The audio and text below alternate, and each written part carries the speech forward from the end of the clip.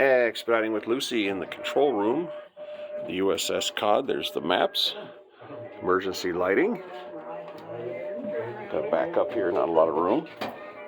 The control room on the U.S. submarine versus the U-boat is wildly bigger with headroom. And there's the bow planes. They got serious gauges. The Christmas tree, tell you when everything's open and closed. That poles opens and closes the ballast. That is an auxiliary helm. Going around. No idea what all this stuff does. Down here you have a battery compartment, a storage area, but it's not accessible.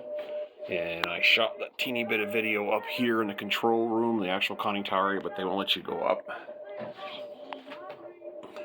Yeah, it's way bigger in here.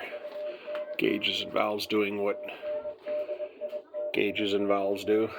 And I can stand upright in here. Radios. Hit the button, please. It's food storage, like they said. You're probably familiar with the scene where the sub-skipper is looking through the periscope when he suddenly yells out, "Enemy plane approaching fast! Down scope! Dive! Dive!" I'm Lieutenant Frank Kimball, Cod's diving officer, and this is the control room, the compartment that contains all the controls used to dive Cod, to maintain her depth under the sea, keep her level or trim, as we say, and when it's all clear, to come to the surface again. Basically, a submarine submerges by allowing seawater into ballast tanks outside the boat's pressure hull and creating a situation called negative buoyancy. Controlling the speed and amount of water coming into the tanks determines the speed of the dive. To surface, compressed air is blown into these tanks, driving out the seawater so that the boat will have the positive buoyancy needed to float. The levers that let in seawater for submerging are located port, or what we call the wet side. The valves that drive compressed air into the ballast tanks, forcing the water out and allowing us to surface, are on the starboard, or dry side. The Christmas tree, or indicator board, the black panel with red and green lights located forward on the port side bulkhead, clearly and quickly displays the status of all vents and hatches. A red light means a vent or hatch is still open. Green, that it is properly closed. A green board announcement from a crew member stationed at the Christmas tree means it is safe to submerge the boat. The large levers below the Christmas tree open ballast tank air vents, releasing the compressed air inside, which allows seawater to flood the tanks. The large brass wheels you see on the port side control the diving planes. Two sets of fins located on each end of the boat which regulate the steepness of Cod's dives and allow her to change depth while submerged. The bubble indicators located on the bulkhead between the brass wheels show the angle of the dive and allow the plane operator to match that angle with the diving officer's orders. My plainsmen are so skilled that Cod can be at periscope depth in less than 40 seconds. You will also notice the red lights in the control room. These are used throughout the boat at night when we're surfaced, so that the eyes of anyone going topside will already be adapted to the darkness.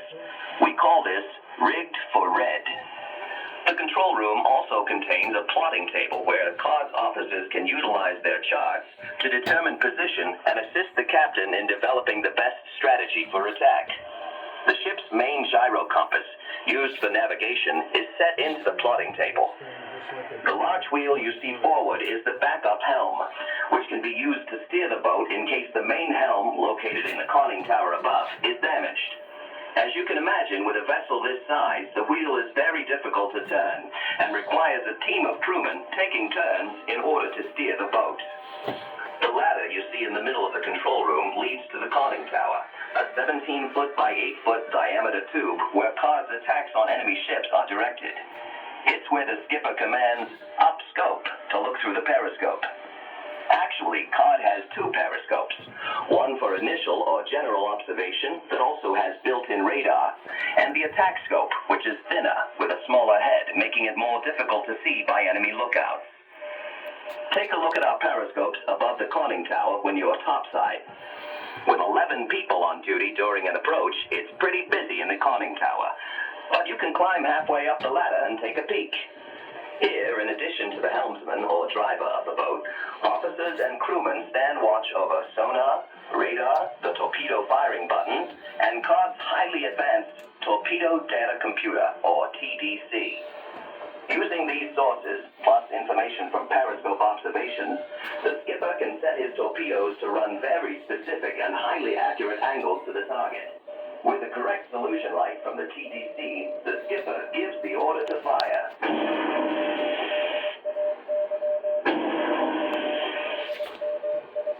The skipper has just fired 2 torpedoes at an enemy ship, and sonar has picked up an enemy destroyer closing fast.